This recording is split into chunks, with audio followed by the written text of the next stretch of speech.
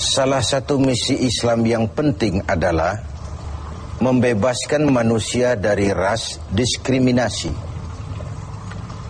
mengikat manusia dengan ikatan akidah bahwa dari manapun orang datang, apapun warna kulitnya, dan dari suku apapun ia dilahirkan, kalau akidahnya sama, itulah saudara kita.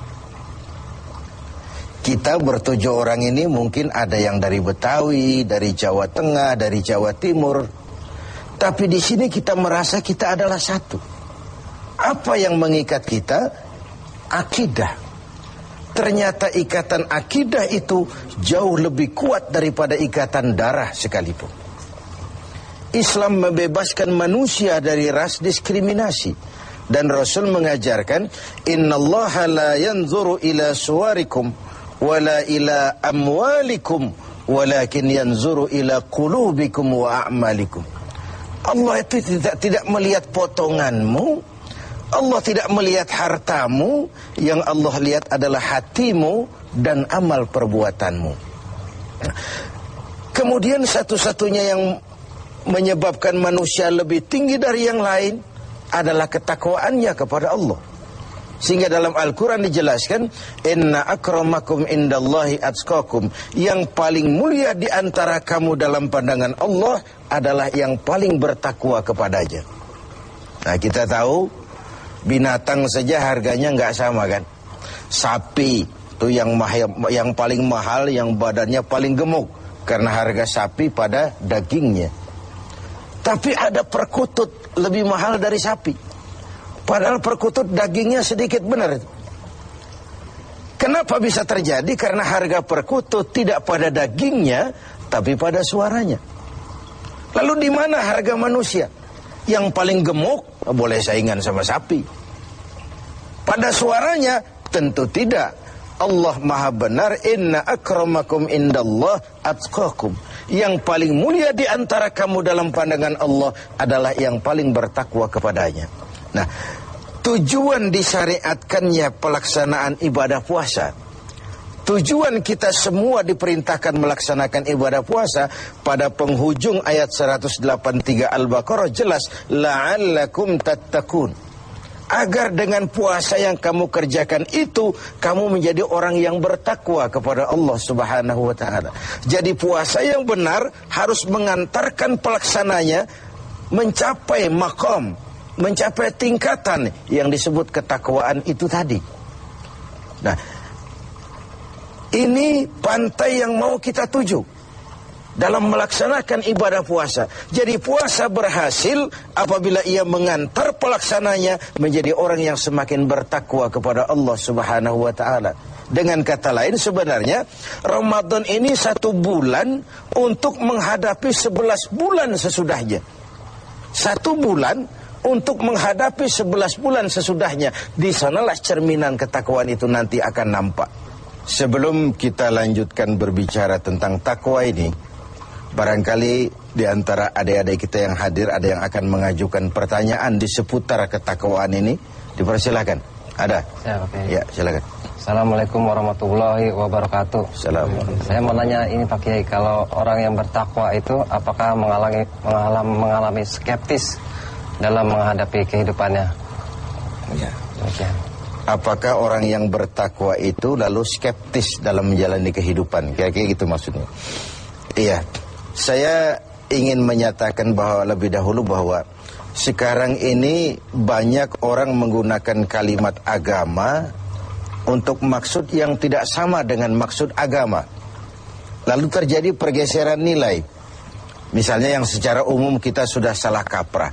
Orang meninggal biasanya dikatakan telah berpulang ke rahmatullah. Rahmatullah itu kan artinya rahmatnya Allah, kasih sayang Allah, dan itu artinya sorga. Nah, kira-kira kalau koruptor mati, apa iya pulang ke rahmatullah itu? Kita kan sudah menggunakan kamuflase, kalimat yang tidak sama dengan maksudnya itu. Demikian juga kalimat takwa ini. Kalau kita kembali kepada pengertian takwa yang didefinisikan para ulama, takwa itu adalah kemampuan, mengerahkan kemampuan maksimal untuk melaksanakan apa yang diperintah Allah dan menjauhi yang dilarangnya. Itulah takwa itu. Dengan demikian sekaligus jawaban bahwa orang yang takwa tidak skeptis. Tidak, kalau takwa itu ndelohom, nggak kerja, dagang berhenti, tidak cari nafkah, diam aja di rumah, nunggu keajaiban. Bukan itu takwa itu. Takwa juga tidak terkait dengan pakaian. Ini kan aksesoris pakaian ini. Apalagi sekarang aksesoris, apa kalau saya pakai serban saya lebih takwa dari saudara? Belum tentu. Sekarang ini aksesoris juga sudah kacau. Rocker saja pakai gamis. Ini kan sudah kerancuan aksesoris. Jadi sama sekali itu tidak terkait. Dengan demikian orang yang takwa bukan orang yang skeptis. Dia malah harus orang yang optimis menghadapi kehidupan. Karena sesungguhnya yang namanya takwa, kemampuan melaksanakan yang diperintah, kemampuan menjauhi yang dilarang olehnya. Nah, ini sebuah gambaran bahwa disitulah harga manusia itu. Pada kemampuannya menjadi pelaksana yang diperintah Allah dan meninggalkan apa yang dilarangnya. Sehingga kalimat ini kita dudukan, kan ini takwa ini pun sudah jadi lalap di mulut bangsa kita ini. Pejabat kalau dilantik bertakwa, bertakwa, bertakwa. Habis dilantik jabat takwa ngalor dia ngidul. Nggak sinkron, nggak ketemu ujung-ujungnya itu. Nah, baik, saya kembali. Jadi jawabannya, orang yang bertakwa bukan orang yang skeptis, tapi orang yang malah rajin berusaha, giat bekerja karena dia tahu takwa itu kemampuan melaksanakan yang diperintah, kemampuan menjauhi yang dilarang. Nah, ini sudah cerminan dari usaha manusia. Yang diperintah Allah itu bukan cuma sholat, zakat, puasa, dan haji. Mencari nafkah, menghidupi anak istri, itu perintah Allah. Nggak pantas orang takwa lalu skeptis, nunggu keajaiban. Itu kan ciri zaman susah. Biasanya kalau zaman lagi susah itu dukunnya laris. Dongeng tentang harta karun merebak di mana-mana. Udah susah orang diajak ngelamun aja. Lalu cerita tentang melipat gandakan uang muncul di mana-mana. Nabi palsu, gentayangan, aliran-aliran aneh muncul di mana-mana. Itu biasanya kalau zaman sedang susah, yang kayak begitu tuh jadi fenomena dalam kehidupan. Nah, ketakwaan menjadi benteng bagi kita, mengarungi hidup ini sebagaimana seharusnya. Kita manusia terikat oleh hukum kausal, hukum sebab akibat. Kalau begini, ya begitu. Kalau haus, ya mesti minum. Kalau sakit, ya mesti ke dokter. Itu orang yang takwa. Bukan, sudahlah penyakit datang dari Allah, serahin kepada Allah, nanti sembuh sendiri. Enggak. Bahwa nanti sembuh sendiri Allah menghendaki itu soal lain. Tapi sebagai manusia yang bertakwa, kita tetap harus wajib berusaha.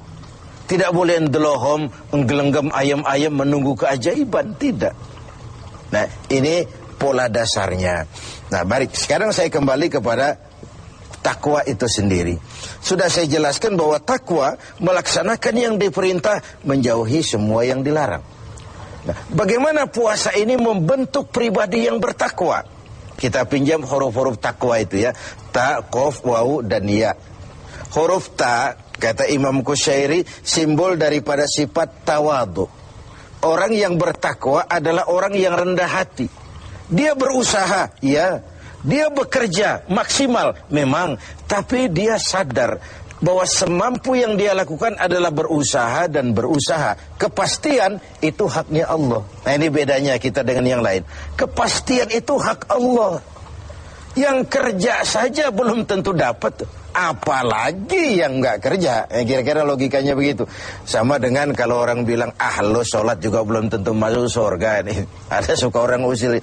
Iya, yang sholat saja belum tentu masuk surga, apalagi yang nggak sholat. Kan begitu logikanya. Orang yang bertakwa itu dia terpacu. Nah, timbul sifat tawadu, rendah hati, dibentuk oleh pelaksanaan ibadah puasa ini. Kenapa? Puasa ini kan, ya Allah, baru sehari nggak terkena makan, nggak terkena minum, sudah begini lemah rasanya diri. Lalu apa yang mau disombongkan di hadapan Allah? Timbul sikap rendah hati. Ini mentalitas takwa. Dia bekerja, dia berusaha, dia gunakan teknologi canggih, dia pakai manajemen yang paling modern, dia pakai tenaga yang profesional, tapi di balik itu dia sadar betul kepastian cuma hak Allah. Maka usahanya selalu diiringi dengan doa agar keberhasilan tidak membuat dia lupa diri, kegagalan tidak membuat dia putus asa. Inilah nikmatnya takwa itu. Keberhasilan tidak membuat lupa diri dan kegagalan tidak menjadikan dia putus asa.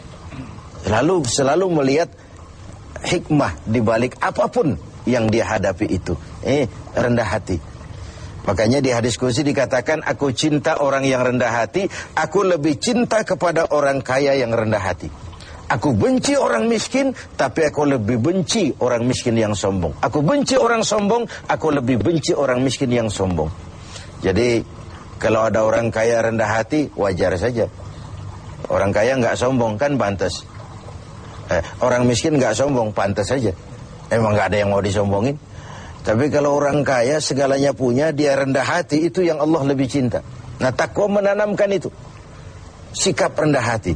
Lalu huruf yang kedua, huruf qaf, simbol dari sifat qanaah. Ini sifat orang takwa, merasa cukup dengan apa yang diberikan Allah.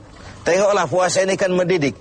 Saat menjelang buka, kayaknya semua isi meja mau kita pindahin ke perut kita. Kalau boleh jangan orang lain, jangan kebagian. Padahal apa sih daya tampung perut kita itu? Seteguk air, sepiring nasi, sepotong kue, kenyang sudah. Ini menyelamatkan manusia dari sifat tamak, rakus, serakah. Kan ini yang menyebabkan terhalangnya pemerataan dalam upaya pembangunan di negara kita ini. Sehingga gunung ditimbun, sumur digali. Yang kaya makin hebat, yang miskin makin terpuruk. Akibat pola keserakahan itu tadi. Nah, dengan demikian, dua dari sifat takwa ini kita bicarakan. Insya Allah yang sisanya kita lanjutkan pada kesempatan